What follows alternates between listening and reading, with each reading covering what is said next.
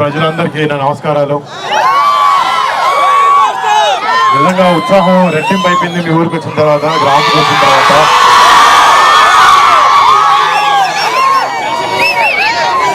పదేళ్ల నుంచి ఎక్కువ సక్సెస్ అయిపోయినా కూడా జనాలకి మంచి చేయాలనేది అనే ఒక లక్ష్యంతో రాజకీయాల్లోకి వచ్చిన కళ్యాణ్ బాబాయ్కి ఎన్నో ఎదురింతలు ఫేస్ చేశారు, ఎన్నో మాటలు పడ్డారు.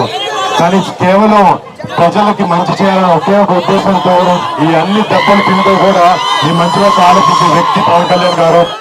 అలాంటి పవన్ కళ్యాణ్ గారు మీ పిఠాపురం కాన్స్టిట్యున్సీలో ఎమ్మెల్యే అభ్యర్థిగా నిలబడడం, నిజంగా ఆయన కొడుకుగా ఇక్కడికి వచ్చి మా బాబాయ్కి మా తండ్రి లాంటి వ్యక్తి అయినా ఆయనకి ఓటేనని చెప్పడానికి నేను నిజంగా చాలా ఆనందపడుతున్నాను. అంటే అధికారంలో ఉన్న చాలా పార్టీలు చేయలేనివి ఎన్నో విషయాలు కళ్యాణ్ బాబాయ్ 10 సంవత్సరాల నుంచి ఒక ఎమ్మెల్యే సీట్ లేకపోయినా కూడా కౌలు రైతులకు ప్రాబ్లం వచ్చినప్పుడు అప్పులు చేసి మరీ వచ్చి వారు డబ్బులు ఇచ్చారు.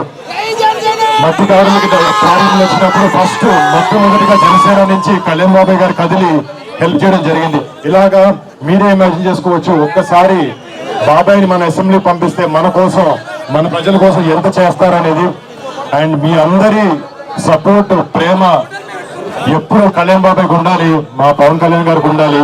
అండ్ ఆయన ఎప్పుడు ఆయన నిజంగా చెప్పాలంటే చిన్నప్పటి నుంచి మా ఇంట్లో మేము ఎంత కుటుంబ సభ్యులా ఫీల్ అవుతామో ఆయన మిమ్మల్ని అందరినీ ఆయన సొంత కుటుంబ సభ్యుల్లా ఫీల్ అవుతూ ఉంటారు. బహుశా అందుకే ఆయన మా ఇల్లు వదిలేసి పండుగలప్పుడు కూడా ఇక్కడ మీతో పాటే ఉంటూ ఉంటారు.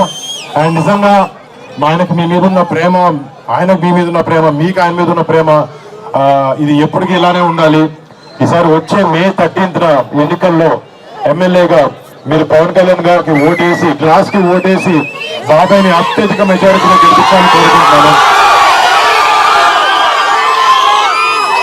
అలాగే మన కాకినాడ ఎంపీ అభ్యర్థి మన ఉదయ్ గారు, శ్రీనివాస్ ఉదయ్ గారు కూడా ఆయన కూడా ఓటేసి గ్లాస్ గుర్తుకి 2 ఓట్లు వేసి ఎంతో మెజారిటీతో గ్లాస్ గుర్తుని జనసేనని గెలిపించాలని కోరుకుంటున్నాం. జై జనసేన, జై టీడీపీ, జై బీజేపీ, జై పవన్ కళ్యాణ్, జై హింద్.